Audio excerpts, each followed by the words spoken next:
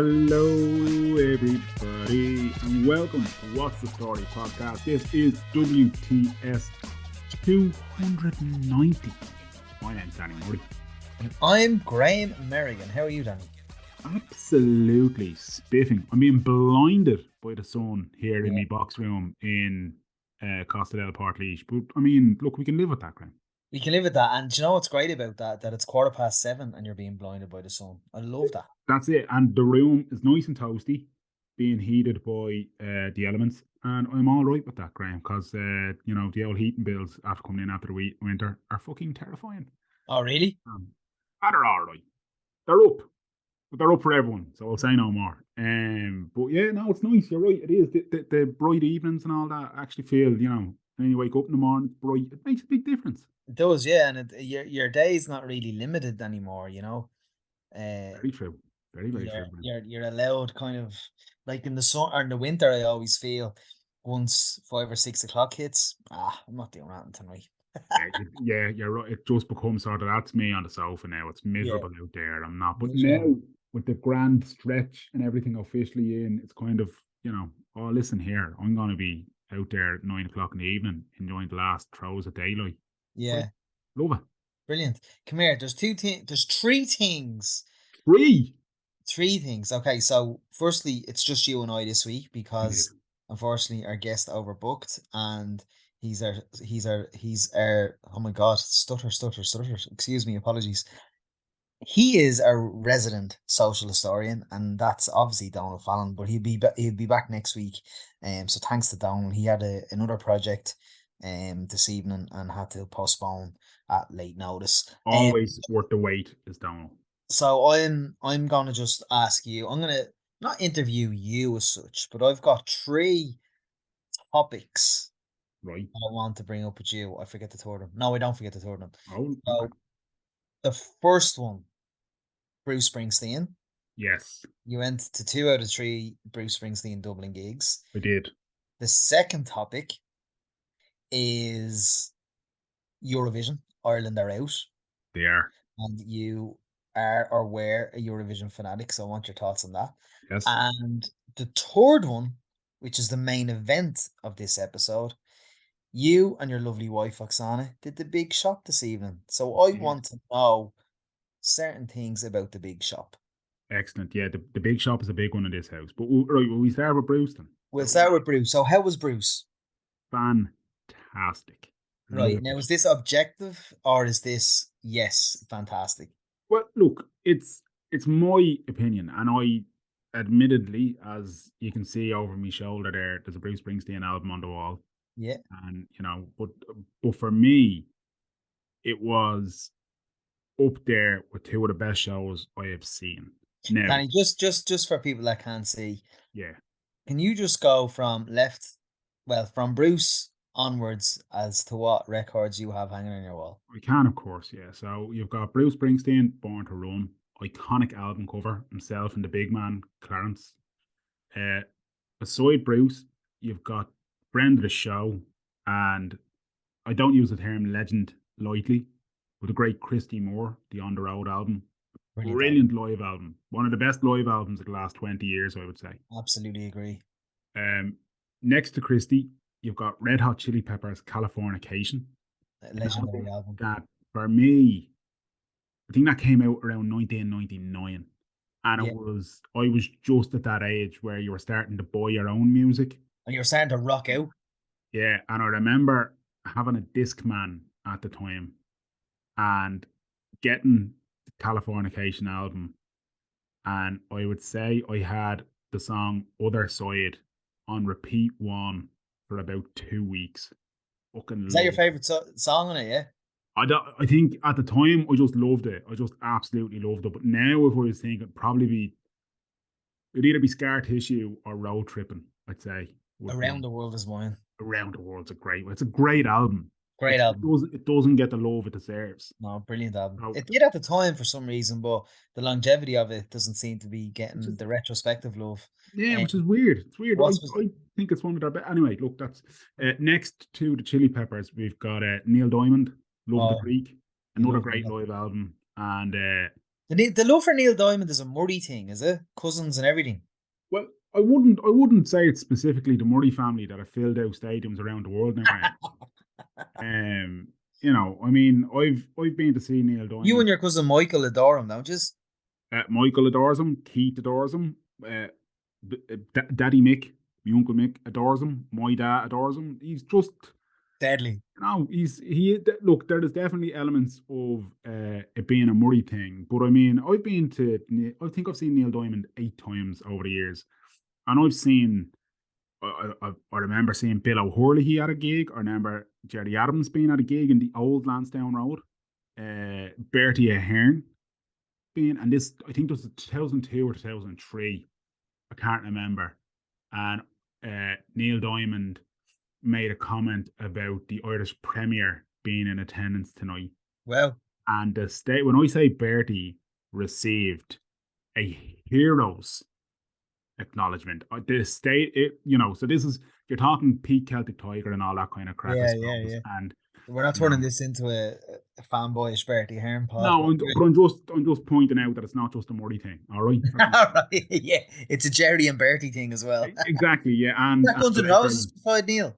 that is Guns N' Roses beside Neil, yeah. And Which Guns N' album Roses, is it? that's just their greatest hits.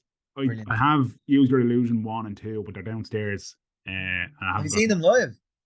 I've never seen them live, and to be honest, I'm not sure I'd want to see them live. They're a weird band for me in terms of I love them, but they're so far away from their heyday. I'm not sure Axel's voice would live up to my expectation, and Yeah. I fear seeing them live. I could be very wrong in this. I'm sure people have seen them live and said, "Dan, you're a fucking idiot. You don't know what you're talking about." I Yeah. accept that opinion absolutely. My fear would be I'd see them live and it would disappoint me, and I don't want that to happen. Fair enough. Guns N' Roses have one of the greatest cover versions of all time, by the way, What in is it? Sympathy for the Devil. Right. That's a cover. Yeah, it's a Rolling Stone song. Oh, of course it is. Jesus. Yeah, Sorry. yeah. Of And course it it's is. the Rolling Stones. It's a brilliant lyrically. It's one of my favorite songs ever. I just think it's so clever, so good. So it hits so many right little kind of things, little passages through history and all that kind of stuff. Yeah. But there's something about the Guns N' Roses version of it. It's just edgier. I love it. Yeah. And then next to Guns N' Roses is U2 Octum Baby, the greatest U2 album of all time. Yeah, that needs no explanation or whatever. That's what I thought it was a greatest hits album for some reason, but no, it's Action Baby. So they're the top six. Are they? Is it fair to say they're the top six of your? They're your top six best albums, are they? No, they just be so of a vinyl player up here. Right. And if I'm chipping away in the office, I tend to have. So at the Are they moment, just on a? Are they just on a hook so you can take them down? yeah, they're just on a little shelf, a Oh, little. little shell. Oh yeah, the little silver bracket. Yeah, see the little, yeah, they're 3D printed thingies. And you Unreal. just stick them to the wall with that fucking the double-sided sticky tape thingy Yeah, that you can decent get. yokes. And yeah, so at the moment they're the six that are just rotating them as I'm sitting in the office chipping away at a bit of work. It's not very convenient. I should probably just use Spotify because the thing I love vinyl. I've gone hipster with me vinyl, but the thing about it is you have to flip You're a side after collector 10 though as minutes. well, Dan. You remember you're big into your collection, you're big in, Yeah, you always have been, like I am, and this kind of brings us a little bit full circle in terms of going back to talking about the Bruce concerts. On Tuesday night when I was at it, and it was the last song was about to start. So I said to Cubes, look, let's just nip to the merch stand. I'll still be able to hear it. I'm happy out, but I want to grab because he's 73 years of age. And while I don't want to write off anybody and sound ageist, you just don't know if this is going to be the last time he's here. So at the Dublin concerts, and maybe at the other concerts, I don't know if they're doing it, but there's limited edition lithograph posters for each event, and they're capped, I think, at 400 per event. I said, what's look, lithograph? it's a fancy poster. Right. I don't know if you'll be able to see the sun will probably blind you, but if I turn that, can you see that one there at the far end of the wall? Yeah. That's a U2 one from their last tour. Right. But they're just fancy posters. They're just printed on a sort of silk screen or something like that. And there's any printers listening to me now, they'll be like, "You're talking out your arse, that's not what a lithograph is." But you know what I mean? It's just a fancy poster, basically. Yeah. But so he done one for each of the 3 nights in Dublin. Night one was green, night two was white, and night three was orange. Thought very clever. Well done, Bruce.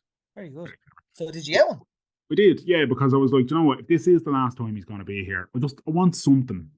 So I've a bit of office wall, a bit of real estate there that I'm going to fill up, and I think he'll be back, Dan. Like, I mean, I I know he's 73, but he's a very young, energetic 73-year-old. Like, look at Leonard Cohen. I know he had to look, I know, yeah, yeah, because but you see, of it's weird, horses right? and stuff. But look at Christie. Christie was celebrated his birthday the other day, 78, and Yeah, he's still going strong I on think. his own solo.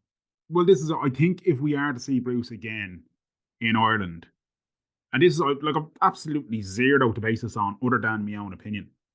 I think it'll be more of a stripped down, intimate, probably indoor show.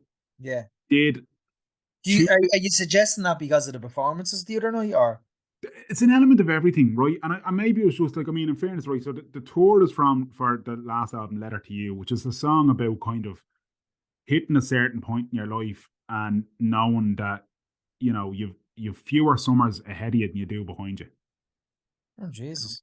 Like there's the song, Last Man Standing, which he played and he has been playing across this tour, is about him, the death of his friend George Teese, who, when he died, Bruce realised he's the last remaining member of the original band Bruce was in, which was set up in 1965. Right. So at 15 years of age, George Teese invited him to be part of this band. And then a couple of years ago, George Teese passed away from cancer. And Bruce, having seen him a couple of days before he died, then realizes I'm the last man standing from that band, and it makes him confront essentially his own mortality. And that's why I think Letter to You as an album for me, as a Springsteen fan, and I think other Springsteen fans would probably agree, is I think his best work in about 30 years. Wow. It is absolutely brilliant. And the songs on it like House of a Thousand Guitars, I'll See You in My Dreams, and he closes the gigs with See You in My Dreams, just him and an acoustic guitar. And it feels like a little bit of I'm not sure if I'd say goodbye, but a farewell. If it's there's some it was yeah, I there's get you. something in it. So I just But it's not you're not basing it on the kind of detriment of the performance or anything like that. Jesus, no, no. Now I will say he has slowed down a little bit. Right. He's Which are the 73 and he yeah. he didn't do a huge amount of crowd interaction. Which is not uncommon for Bruce, but he just didn't seem as chatty and as on the Tuesday night there was a couple of laughs, and Max Weinberg, the drummer, missed the cue, and he had a bit of fun with that. Um, so there were elements of it, but I've seen him live I before read where that there was crowd interaction last night though. a little bit last night, yeah, but not as much. And I don't know, like I mean, I don't want to sound like I'm picking, like, because I mean, this is just me waffling, really, right? But like, he was brilliant. Voice is in fine form. The show was great. Loved it. The set lists were brilliant. I think there was maybe two songs on it I'd have changed because I'm just being a fussy fucker. But like on Tuesday night, once the sun had gone down, he looked freezing. Like an old person would go, God, it's after getting cold. To the point where he put on a jacket. I've seen him live, I don't know how many times, and I've never seen him put Put on a on a jacket jacket. and scarf. You go In, topless. well, I mean, he didn't know. In fairness to him, at the end of the night, they played 10th Avenue Freeze out. The jacket came off and the shirt got ripped open. And he does not have the body of a 73-year-old. I can tell you that much. There are men in their 20s and 30s who would look at that and say, I want what he's taking. Just at one stage, even on screen, it could have just been the screen now, but his lips looked blue. And I Wow. just thought, fuck, he's feeling it up there. Like, now, in fairness, Yeah. it's night three of, And is it a world tour, Dan? yeah, yeah. So he was in Barcelona last week, and now he's off to Paris, and then from Paris he'll go to Scotland, and then on around the rest of Europe and all that kind of thing. But he's playing. So he started in the US about 2.5 months ago, over to Europe now for the summer. The end of August he'll go back to the US, and he'll play a mixture of stadium and indoor shows, and that'll go all the way up to December. A long tour, Right. long tour. But look, there were brilliant shows. The set lists. it was like the first half of the set list was for the purists and for the Springsteen fans. The last sort of hour and 20 minutes was just banger after banger after banger after banger after banger. It was working through all the great Born to Run, Glory Relax there, days. Seamus. Ah, Relax there, Seamus. shout out to Seamus. Like everything, like it was brilliant, absolutely fucking brilliant. The 12-minute version of Kitty's Back, I could have done without because there's a lot of musical wanking in that for my liking. And I just, you know, if you're into it, you're into it. But if you're in, I just it can kill the momentum of a concert for me. Like it's it's Right, it's too much of a purist song. right. But then I say that, and I mean, 9 out of 10 for the gigs for me. Deadly. So yeah, brilliant, love him. And if he does come back, I absolutely will go see him, and I hope he does come back. Where's he off to next? Paris. Paris, lovely. And sorry, and we went off on tangents and everything there. I was trying to say, so when I was going to buy that merch, I was walking up, right, and I had my contact lens in, and I say lens because I'm only wearing them one eye because, well, I can't see out the other one, so there's no point wearing two, is there? That's economics fee. So I'm walking from the stand up to where the merch piece is, and I see what in my admittedly poor vision, thanks to the contact lens, was just an illuminous coat waving at me. And I'm like, what the fuck is going on? It was it was your friend and Gary's friend and an absolute gent all round, Rob. Yeah. And as I got to him, then I kind of Rob could got a make it. free gig last night. Listen, in the line of duty, right? Yeah, in the line of And duty. he was waving anyway. And as I got to him, I was like, I recognise that face. I recognise that face. And before me eye could actually figure out, he was like, I'm Rob. I was like, I know, yeah, I Did know. he say that? Yeah, He but doesn't give a shy. I felt like a wanker. Do you know what I mean? But it was lovely to see him, and he's a lovely bloke. So yeah, it was He's a that was great nice. guy. That was a nice little surprise. I always like when you go to a gig and you bump into somebody who and you're like, Jesus, you know what I mean? Yeah, yeah. Rob is a great, great guy. So true. So yeah, that's good because I did see not many now. I think like when I see I think single digit kind of tweets about the sound. You'll Uh, get. I think any concert in Ireland though that isn't exactly. being Any outdoor concert is gonna have a sound problem. it's like the RDS, while it's you know it's rugby now to people. It's a fucking horse jumping arena. It's a horse show Yeah, arena. exactly. Like it's not designed for. And I mean, one of the stands is old. The Anglesey stand is and it's that there's pillar. I would have hated to have a seat over there because there's pillars everywhere. Your view is obstructed. It's been there for donkey's years. It's cold. It's miserable. It's grey. It's a horrible fucker of a stand.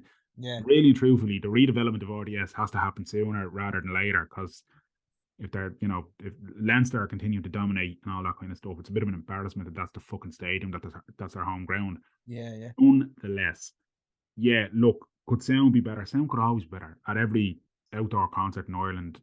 I've seen bands in Crow Park. I hate the sound in Crow Park. I've been to the Aviva Stadium for concerts. I hate the sound of the Aviva Stadium. I think the Aviva is the best Of all of them, of I all of would them. say the Aviva probably, but it's the most modern as Where are well. we calling it that? It's Lansdowne now. Sorry, Lansdowne Road, anyway. You're absolutely correct, Graham. I withdraw my previous plugs for an insurance company of which I have no business. Yeah. But Yeah, like, no, that's the best one I've been to. Like for air seats for the last U2 Joshua Tree tour yes, we were on, the sound I thought was amazing. yeah, but we were on the But I pitch and we we were on the were pitch, yeah. But I yeah, think if you're behind, when the speakers come out kind of three quarters the way, the second stack. second, yeah, if you're behind that, I think you're just getting a delay type thing. And I Yeah, think that was what some of the complaints were last night was that during or not through the course of his gigs, that during the kind of crowd participation or if he was telling stories and yeah. people were laughing, it was a delay laughter going down the pitch of Yeah, the and sound. I could well believe that, and I've been to concerts before where I've been standing at the back, and they're definitely like even where they're just talking or telling a story, you're kind of like, what's he saying? What are What's they he saying? saying? Yeah. Like on Sunday That's the when I risk with outdoor gigs, though. I've never been to an outdoor gig yeah, where you're kind of going, "Oh, the sound was amazing." yeah, Marley Park's actually good for an outdoor gig. wide open, Yeah, nothing for reverb, nothing for anything, just yeah, wide open, and the only thing that's going to absorb or anything is the trees that are in Marley. Like so, it's a different kettle of fish altogether. yeah, I think, look. I was there on Sunday. I was standing. I was in the pit, so I wasn't far back at all. Sound was fine. I was there on Tuesday. I was seating, but I was in seats that were fairly close to the stage in the grandstand. Absolutely fine. The sound was fine for me. But I could well believe if you're quarterback down the pitch or you're in the tail end of the stand or and then it's a different story. Brilliant. But And yeah, two things on that. Rob said you look great. thank Um, you, Rob. He looked great as and well. A man in uniform never disappoints. and then the second thing, you were at the gig last night, which meant you missed the Eurovision semi-final.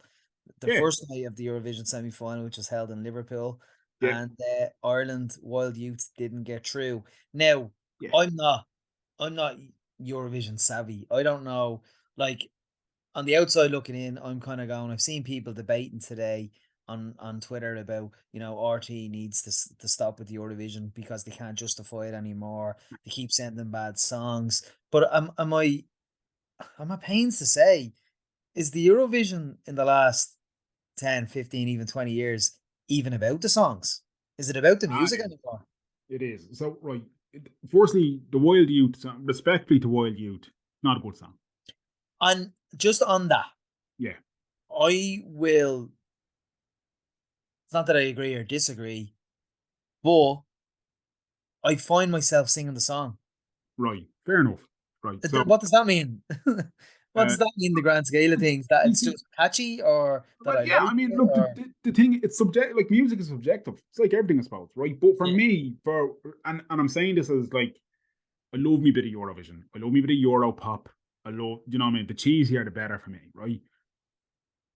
Ireland's problem for the last 20 years or more at this stage is in the selection process because we're too attached to days gone by and the stuff we're selecting, meh.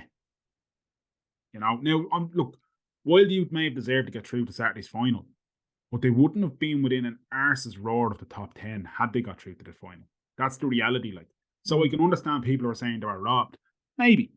But But I believe that I believe that three quarters of the acts last night were all kind of slated as favorites or great songs for the final. Like, they were in a tough semi final. They really were in a tough semi final. The reality here is that like it's Loreen and Sweden to lose. That's the truth of it, right? Now Loreen won it 11 years ago with arguably the best Eurovision song ever, Euphoria. The only thing that lays a glove on it is Rock and Roll Kids. Why? What's Euphoria? Sing a bit of Euphoria. I won't because I've fallen for your drives before and I won't do it again, Graham. Right? No, it's not enjoying. Is it the Euphoria I'm thinking of? Well, I don't know what Euphoria you're thinking. You sing the one you're thinking of, and I'll tell you. No, is it that like party song? It is a party song, yeah. I didn't know that was a Eurovision song. It absolutely it's a Eurovision winner. Yeah. Jesus. So It's it is sometimes about the music. no, it absolutely is. Right now, here we'll get done for copyright. So this is not ours. This is obviously Lorraine from Eurovision, right? But hang on here, look.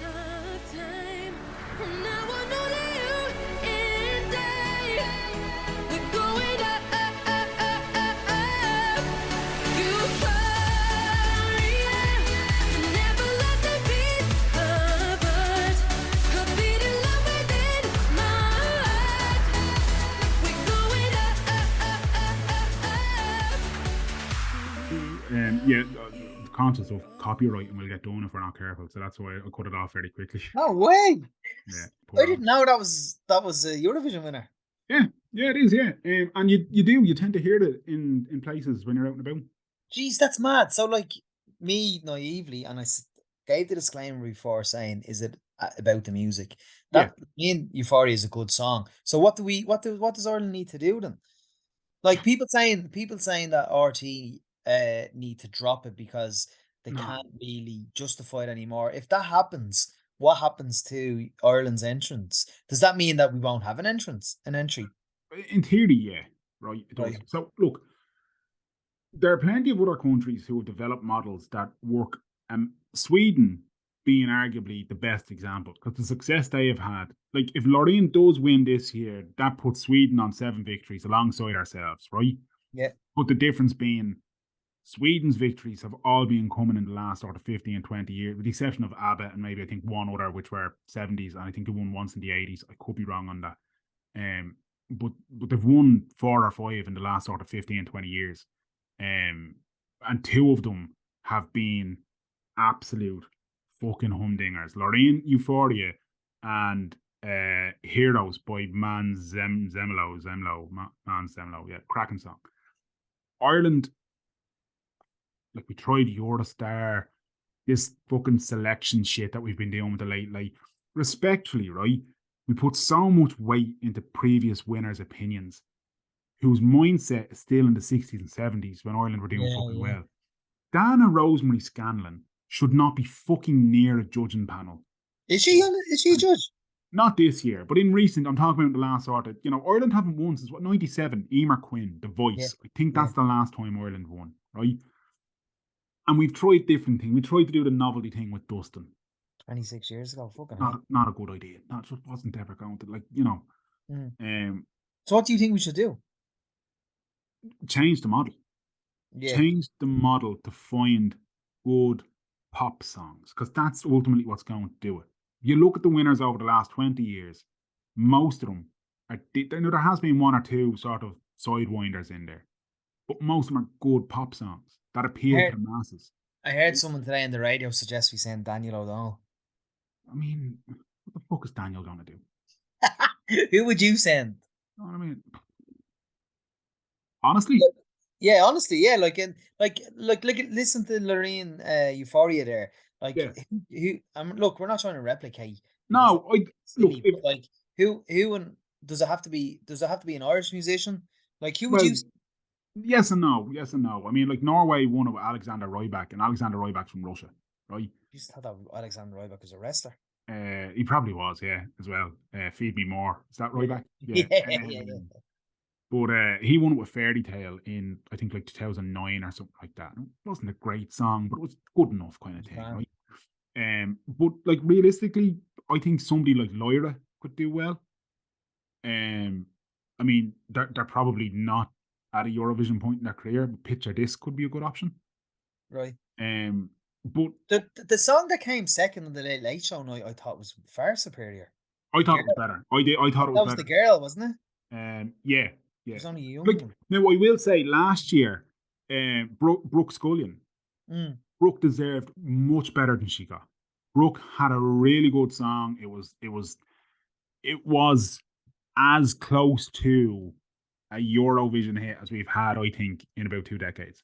right. But Really? but last year, and Ukraine I, obviously got it. I am not saying this to flirt with controversy or anything like that, but I mean, you could have had the Beatles reincarnated and playing, and Ukraine were still going to fucking win that contest Yeah, last year. yeah, yeah. Not saying their song was all right. It was very Eurovision-y. It was grand. But that was an occasion where every country in the bloc, with the exception of Russia, was fucking voting for Ukraine, Yeah, you know? yeah. So But look, that's what you do anyway. You'd change the model. You'd potentially send Lyra or the Saw Doctors or oh no, sorry, picture this. What are the I Saw mean, the Saw Doctors? Doctors could be a bet as well if you wanted to play into it. But I mean, like, look, The N17. a bit of fucking I used to love her. That would rile them up. I think, right. So Sweden have Melody Fest every year, right? And it's broken into stages and heats, and it's basically, the winner of stage one is put through the winner stage. Sorry, there's several group stages. I mean, within stage one, all the group winners go through into a semi final and then semi and so on.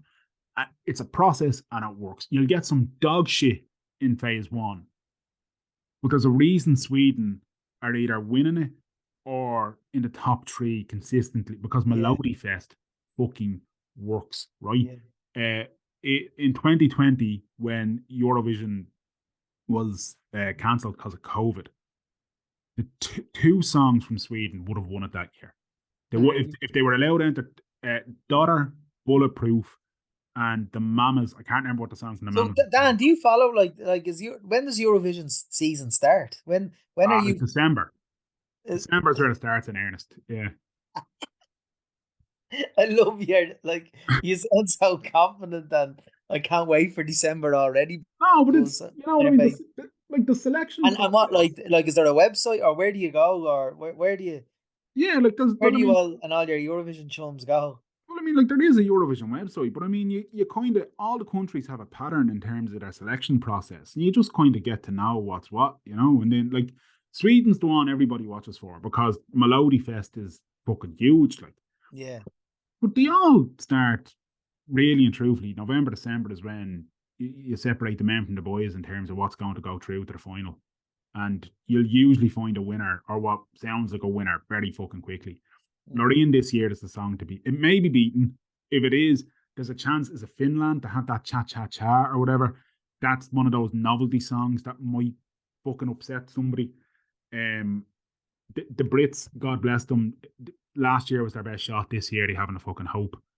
Who's Rita Ora performing for? I actually didn't know Rita Ora was in it because I haven't been paying too much attention this year. Maybe that's just me. Maybe she was like a halftime act or something last night. The thing for me with it is that like there's no people who like that whole thing of like, oh, we should just stop bothering, we should just stop. But take a break for a year, maybe. Yeah, I'd be all right with that, so long as we're going to take a break. Or when I say we, I'm talking about Ireland. As long as Ireland is taking a break to actually, you know, sort of look at what we do with it and try to Like, reinvent the wheel a little bit. But the reality is, all that stuff people say about like the political vote and, you know, is it based on a pop song or not? It is. A couple of, like, yeah, a few years ago, you could definitely say that the blocks were voting for the blocks, and there was an element of that going on. And you had like Azerbaijan winning, and, you know, you sort of those kind of countries that were popping up and a lot of neighboring. And you'll always get an element of it in the public vote where you see, you know, San Marino give Italy 12 points and that kind of carry on. But the the voting system has changed now where it's 50% public vote, 50% judging vote. And anybody who's watched Eurovision in the last couple of years will have seen how much the voting flips when it goes from the judging vote to the public vote. And it actually makes it great entertainment on the last night. And I've just realised Mero's gone and I've been talking to myself for the last 30 seconds. There's probably a Eurovision limit for how much he's willing to actually accept me talking.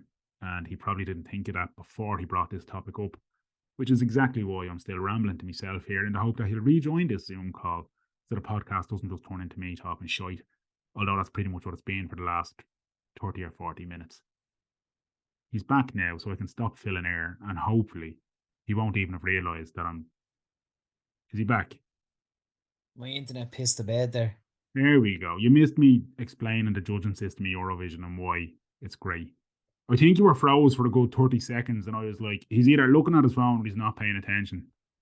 But yeah, so anyway, the listeners will have Yeah, heard it all because I just kept recording. So it's yeah. We'll grand. just leave it. Leave it. My Wi-Fi decided to shit the bed there. But anyway, look, Eurovision, it's grand. This year, I haven't paid a huge amount of attention to it. I'm not as into it this year as I have been in previous years. I reckon Loreen will win it. If Loreen doesn't win it, Italy would be a good out. Do you know what? Italy is an each way bet, that's worth a shout. Lovely, And they're another one that have tweaked how they send songs to Eurovision, and it worked for them. Look at Maneskin winning it there 2 years ago. lovely. You know, Right, Dan. On to the main event of tonight's episode, yes, and it's something that sometimes when we're texting and you're talking about it, you seem so excited for this. I could be wrong. Some weeks you could be excited. Some weeks you might not be that excited. But this week you particularly sounded excited about doing the big shop. I love the big shop. I love it. And you know what? You do it on Wednesdays. What's that? What is there a No, strategy? no, we normally do it over Thursday, to be honest with you. But just this week, Thursday doesn't work, so we said we'll do it on the Wednesday and get it done now out of the way. You Uh, love the big shop. yeah, I do. I get it. I get right. So Have you always loved the big shop? no, no, I used to hate it. It's since we started working from home that Right. I love it, right? Because previously we were commuting 5 days a week, so the big shop was done on a Saturday morning, and I felt like I was giving up one of me weekend days to basically cleaning the gaff and doing shopping, and I hated it, right? But Right. then COVID came along, it was a great reset, and now we do it midweek because we're at home early enough. It's great. Deadly. So Insane. tell me what you like about the big shop. Firstly, what I love is going into the coffee shop next door to Dunn Stores, get myself a coffee for walking around. A walking around coffee is one Right. of life's real pleasures, right? So today I had a hazelnut cappuccino, right? Of course Gorgeous, you did. gorgeous coffee. Loved it. Loved it. Sensational coffee. So do you like the big shop or do you just like the walk around coffee? Both. It's the caffeine buzz I get while going through the fruit and veg oil because I'm halfway through the coffee at that stage. And I'm fucking peppers and cucumbers and fucking bags of lettuce and potatoes and broccolis and mushrooms and just throwing them in the trolley because I'm energized. Right. Um, Many small shops that happen after the big shop, or does that happen? I do. We'd probably do a one top up shop, for fresh bread and fresh meat. Right, that's fair enough. Yeah, but our trips to the shop now we have it fairly. And the big shops, do they include treats or is that just reserved for the top up shop? Ah, no, no, no, Out. no, no, no. The treats we bought in the big shop, Graham. Oh They're yeah. a highlight of it. I was gonna say that's the excitement of it. It's one of them because, and that's one of the reasons I like going because I get a say in what goes into the trolley. Hughes is a lovely woman, love her. I married her, right? But if I left Hughes to decide the treats in this house, Graham, she'd be coming back with like honey cashews or fucking some shit. Like I'm like, no, get me fucking Freddo bars and stop this.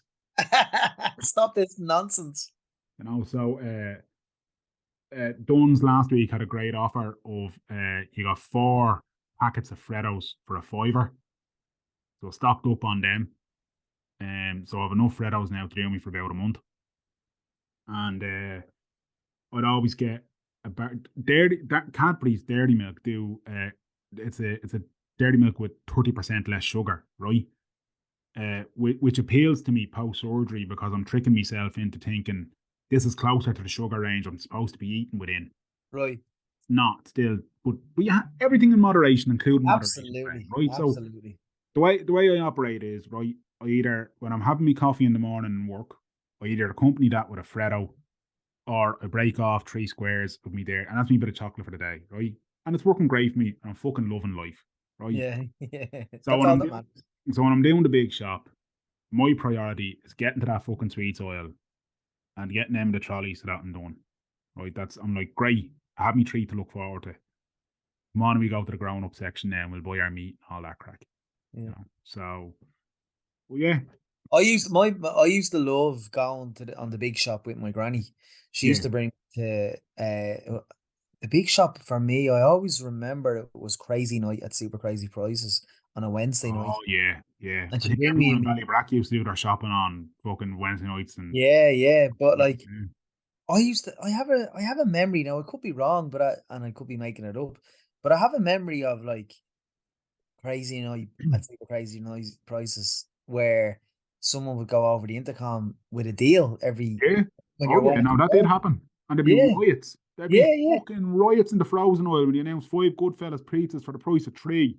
yeah. People killing each other. I remember as well, like there was a corner of Crazy Prices in Ballybrack where there was loads of buggies just left there and the kids were put in the trolley. And I remember love sitting around in the trolley, me granny pushing me around and me asking, can I have that? Can I have that? And also being told no, no, no. Yeah, yeah. That's it. We see I the always beauty. used I was treated with the old KVI chocolate ice cream or Oh, chocolate yogurt. Chocolate yogurt. AVI, man. Oh Yeah, the my hazelnut word. yogurts. Sometimes I might get upgraded to the Yoplait hazelnut yogurt. If there was a deal on. Yeah, Yeah. and whilst doing this going around, I always used to sing the Body Form song, not knowing that they were Tampax. I remember you telling me that before. And Yeah, there's nothing wrong with that, Graham. I mean, a catchy jingle's a catchy jingle. absolutely. But Maybe the body form ad would make a great Eurovision song. whoa, body form for you. But yeah, that they're yeah. So Yeah. that's the big shop done anyway. Well, I tell you the secret. See, I'm a finicky bastard. It's because I'm getting old, Graham. I check the dates on everything. Right. Whereas Cubes will just throw them in the trolley and it infuriates me. She just picked the first. Yeah. She's never worked in a supermarket. She doesn't understand the process of facing off and rotating stock. So when we go into the meat aisle or even the bread, she's come home with bread that goes off the next day before. Graham, when I God. say there was murder in the house, honest to God, she was getting the heel of a batch loaf thrown at her. What good is this to me? Huh? Goes off tomorrow. It's like a brick. Hang you. So when we get to the meat oil, I almost, in a dramatic fashion, put one arm across her and say, "You leave this to me, love." Right? And she loves that. She loves that. She loves you taking control. And I'm rooting in the deepest element of the fridge, trying to find the chicken with the best date. Because I'm not buying chicken with only 2 days on it. And I'm not one of those people that say, "I just put it in the freezer." No, no. Bought something fresh. I want it to be fresh. What is your biggest tip for our listeners on regards to the big shop? Is Uh, is it the going to the paying for it? Is it going for dry goods first, fresh food first? What is your do you have any tips for the big shop? when you get to the bit where you're unloading the trolley onto the conveyor belt, think about your bagging process. Vital, Graham. Go on. You don't want all your fresh veg and your lettuce and your stuff that can be crushed and ruined at the bottom of your bags. So you need to load the conveyor belt in a way that's convenient. But you also need to buy yourself time, particularly if you're in an Aldi or a little situation where they've got Olympic sprinter scanners, where they just fucking hoover the things down to the bagging area as if it's on fire and they need to get it away from them. What you need to do is scrunch up the barcode area. So if you have a little bag of onions and the barcode's on a tag, be strategic about it. Put your onions kind of halfway through it and scrunch the barcode up so they have to unruffle it and they have to fiddle with it for a minute before they can scan it. That buys you valuable bagging time, takes the pressure off. No way. Things like that make a big difference. I like to hide barcodes. I like to mess with them a bit to make it awkward for them. All right. Yeah, and there's a massive importance. If you separating your products, obviously, you don't want to put your fresh meat in with your soap powders and all that crack. That's age old, but I feel like it's a lost art in this day and age. I see people in the bagging area. You don't see bag packs anymore. Do you remember back in the day, you'd see local sports clubs and all that doing bag packing? Yeah, yeah. You don't see that anymore. You see it in Dunn's Corner Score at the weekend. Do you see it in Dunn's? You don't see Yeah, it yeah. down here. The cultures don't do it, and Uh, it's possibly because there's just nothing but GAA clubs down here, and the GAA are giving everything anyway, so they don't need to get out there and do a graft of a weekend and Possibly, fundraise yeah. through a backpack. Dunn's Corner Score, it's done though. I see it every weekend. Good. Well, that's good to hear. But I think the people have lost their mind, and they have forgotten the values which have got us this far in life, and that is don't put firelighters beside your steak unless you want firelighter flavored steak. You know, like Very good. we've lost a run of ourselves in our bagging methodology. And I think maybe it is a case of the little and the Aldi firing stuff at you, so you just fuck it all into a bag so you can get out of there and you don't feel embarrassed by holding up the queue because they've only ever got 2 tills open and they're about 20 people deep. So, Very good. you know, that would They, be they, my top tip for the big shop. Be that is a strategic brilliant about top tip. be strategic about And it. we're gonna leave it there because the Milan derby's on, the semi-final of the Champions League is about to kick off. That is a brilliant top tip Yeah. I'm going for the downstairs big shop. now and I'm going to we got a cooked chicken in the shop. What are you gonna have it with? We're making a curry out of it. Well, part of it will be for a curry, part of it will be for the salad, and then Cubes will do something with the rest of it for the dogs. Then, so Lovely. we'll get about 4 dinners out of it and a bit for the dogs. Lovely. I'm going to have some fajitas. I love Um, fajitas, man. I love it. So, if anyone wants to listen to us, they can search WTS Pod on all podcast providers. You can go to WTSpod.com as well, and we're there. But just punch in WTS Pod on Podcast Republic, Apple Podcast, Spotify, anywhere you can get a podcast. He's at Danjo Murray on socials. I'm at Mero. And that's it. We'll talk to you again next week. Hope you enjoyed the show. Until next time. Here it is. Full hearts. And lose. This week.